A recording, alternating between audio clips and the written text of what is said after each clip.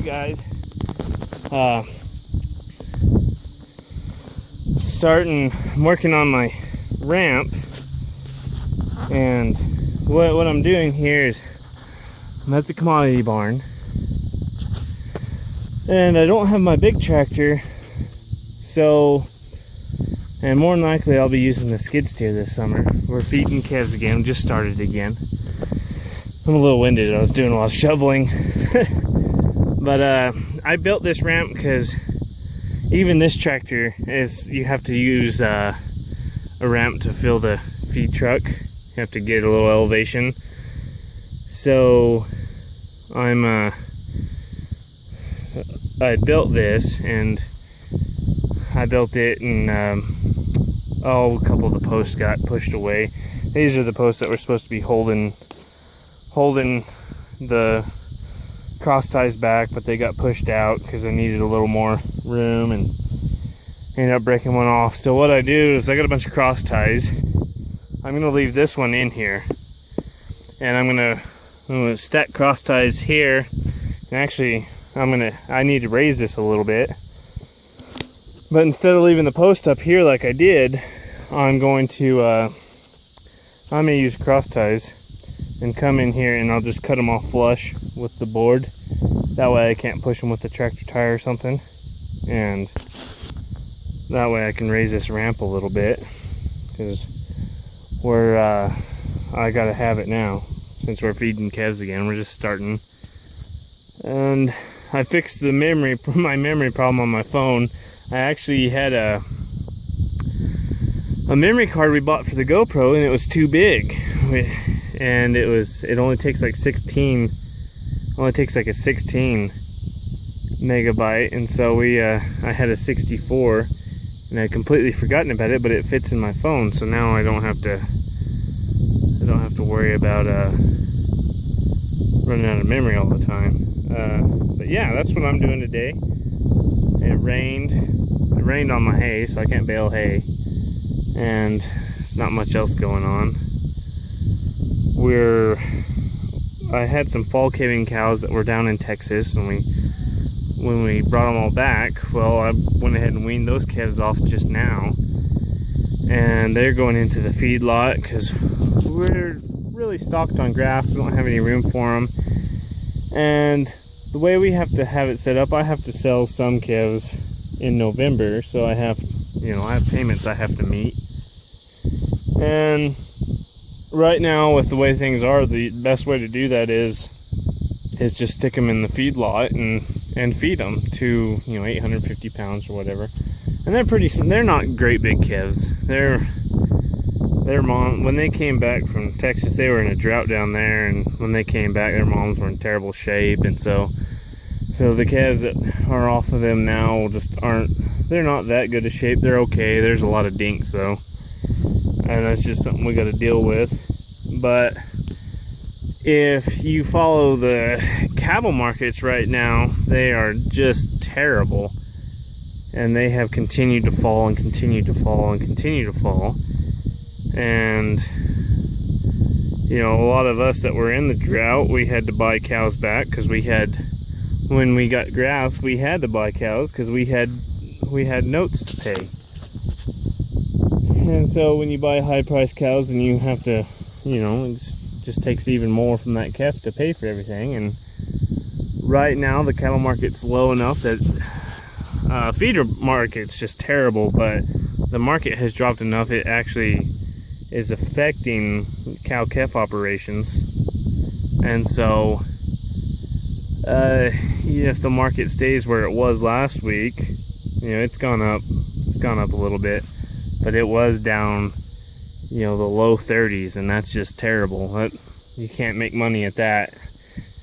You're lucky if you make your payments. But the one thing I have tried so hard to do is I've tried to build this operation where if we do get in a situation like now where the cattle market's terrible, we can feed our calves to a weight where we're at least break even. And because it's like last year, if you watched my channel early on, you know, last year the cattle market just crashed. But yeah, if I'm gonna get fucked, I want them to have a fight pulling my pants off. I don't want it like last year. I don't want it just to sneak up and grab you. I want a little bit of a fight before I get screwed. So that's why I have a feedlot. You know, I can fight and try to keep everything going. It's not easy. You got to do a whole lot of work for no pay, but it's better than not making your payments, because with the way our regulations are now, if you don't make your payments, well, then they can't just extend your payments out. They'll sell what you have. The bankers used to be able to work with you, and they just can't do it anymore. And that's as much as I'm going to go into that. I still have to fix my roller mill. I'm going to be needing it before too long, which I've got the steel for it. I just haven't gotten it fixed. Haven't needed to. There's the legs that I was going to put under it, but I've got a flat steel for where it bent. But yeah, so hopefully the cattle market will turn around. It looks like it might, but I've heard a lot of talk from commodity brokers that it's, you know, once we start this quarter in July, it's just going to go right back down. I hope that's not the case, but it may be. You know, that's just how life is. But gotta fight for it at least.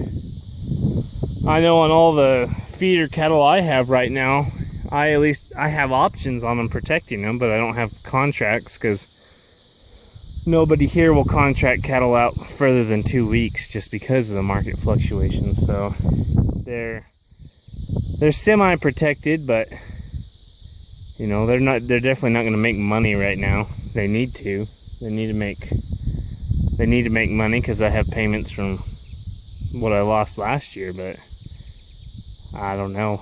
I don't think they're gonna. I don't see any chance in them making that payment this year. I'll just be happy for them to break even, and I can start again and on the second set for wheat calves and try to do it with them. But yeah, that's what's going on. And I mentioned something. I didn't film any of my hay cutting because honestly I just was not in the mood. It's with the market where it's at, I've been in a terrible mood here lately, and I've got enough videos stored up from branding. I still got 6 more videos at least to put up there. So I just haven't made any videos. I haven't been in the mood. This cattle market's pretty depressing, and there's nothing you can do about it but just keep going forward. And yeah, it's a tough business to be in. It's very tough. And yeah, there's always a saying, if it was easy everybody would do it, but if it stays the way it is, there's nobody gonna be doing it. It's not good shape right now, but hopefully something will change. We'll get something figured out, or I'll be doing something else. It's that simple. I'll either make it work or I'll be doing something else. I don't want to be sitting behind a desk the rest of my life, but who knows? If that's what it takes for me to be able to keep my ranch, and then that's what I'm going to do. But I want to try everything else I can before I have to do that. But yeah, before I leave you on just such a terrible note, things are doing good. We got an inch of rain, and you know, it's 4th of July, so thankfully that we live in a country where we do have an option to try to do what we want. Definitely thankful for that. But yeah, we're gonna start feeding some calves and go forward from here. Hopefully the markets will turn around and everything will be just as wonderful as it can be.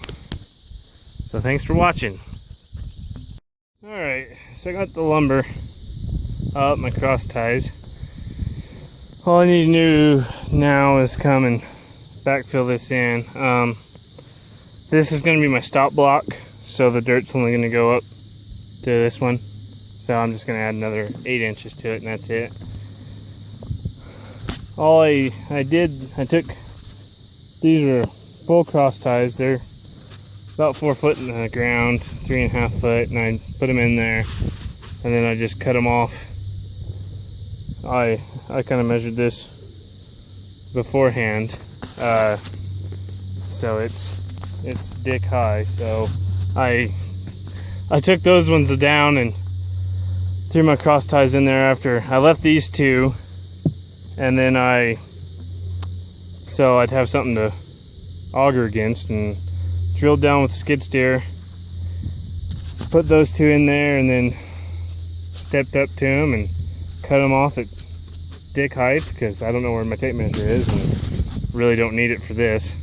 And the top piece, I actually, since I have a big auger, I just shoved it down in the hole, and so it makes this a lot more stout. There's not all this hole you have to back tamp, because it'll just push away. Doesn't matter how, unless you put concrete in it, and I don't want to put concrete in it. And yeah, so now just I'll put a little bit of dirt up there with the 5510 just to fill that hole, but primarily when I get the cat skid steer back, it's getting a new joystick put in it, and I'll finish the ramp with that because it's just a lot better, and I can pack it down.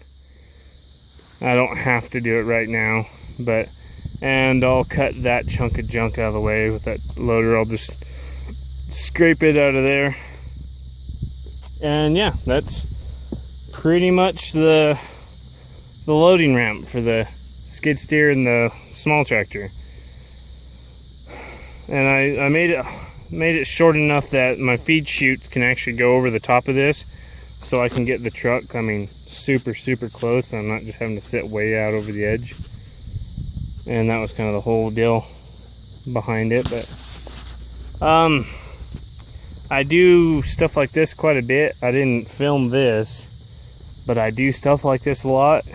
So if you're interested in those kind of little films, and sure I could take those, and because I've always got little projects going on. It'll definitely fill your days with little projects. But yeah, if you want to kind of see stuff like that, by all means leave a comment, and I'll try to film more stuff like that, because I do a lot of that. But anyways, thanks for watching.